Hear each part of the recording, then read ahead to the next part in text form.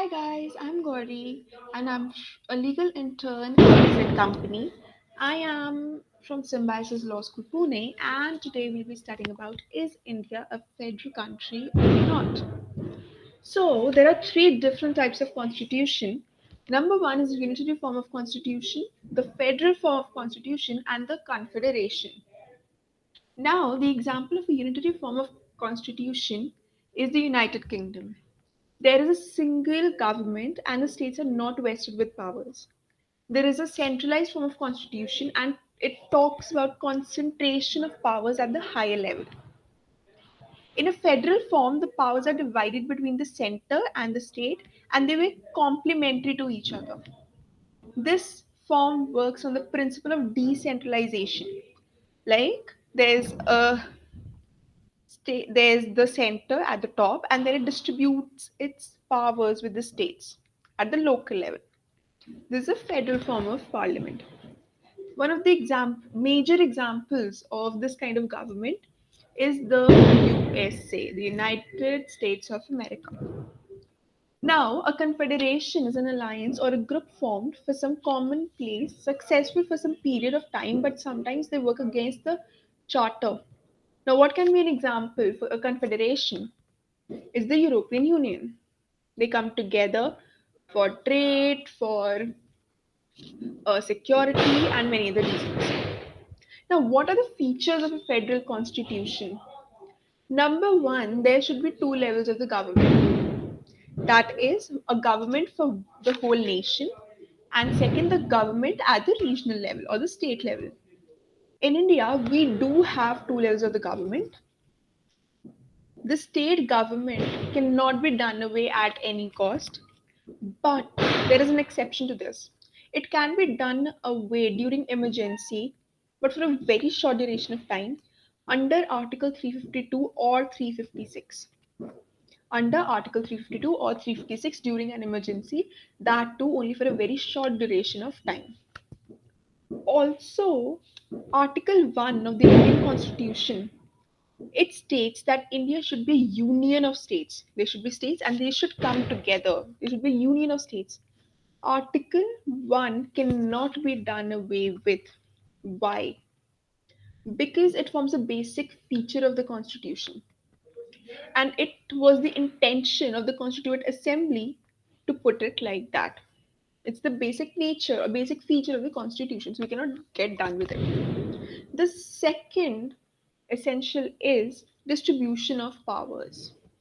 Now, there should be distribution of powers among the center and state, and also the legislature, executive, and the judiciary.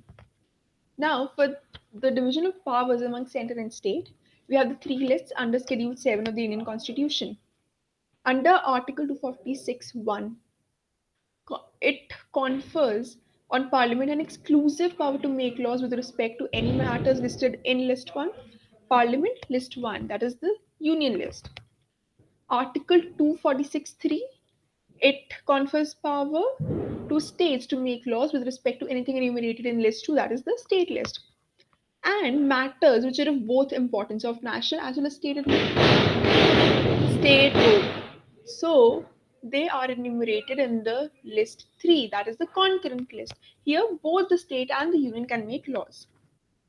All right. Now, number third is the supremacy of the Constitution. Article 6 of the US Constitution, it says that the Constitution of the USA is supreme. In India, there is no such provisions, but because of how the Constitution evolved and because of the intention behind the making of the Constitution, it is considered as supreme. Till date, there is no state or a party who has refused to abide by it. An empirical evidence that provides us with that the Constitution of India is supreme is that there has been no challenge to the Constitution. And it has been established that the text and the spirit of the Constitution is supreme. It is the abidance by the states, by the parties that has made it supreme. The fourth and the last, these are four major essentials that need to be there. And in regards to these, we can tell if a state is federal or not, if a country is federal or not. Number fourth is dispute resolution mechanism. Now there should be a separate adjudicatory body for dispute resolution. Resolution. In India, there is a clear distinction between an authority that acts as a dispute resolution mechanism, that is the Supreme Court of India, the courts of India, the judiciary.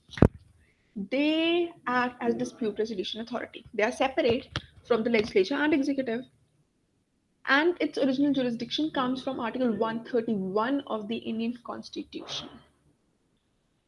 All right. So, with respect to what we've studied, what are the four features of the federal country, we can say that India is a federal nation. Okay, India is a federal nation, but it has strong centralizing features as well. Right? It has certain centralizing features as well. And the Indian federalism is quite distinctive from the federalism with respect to the USA. Also to say that we are not federal in comparison with USA. USA is very federal. Major powers rest with the states. In India, we don't have that. I hope today's topic was clear. And if you have any queries, please use the text box. I'll reply as soon as possible. Also, for any feedbacks, use the comment section.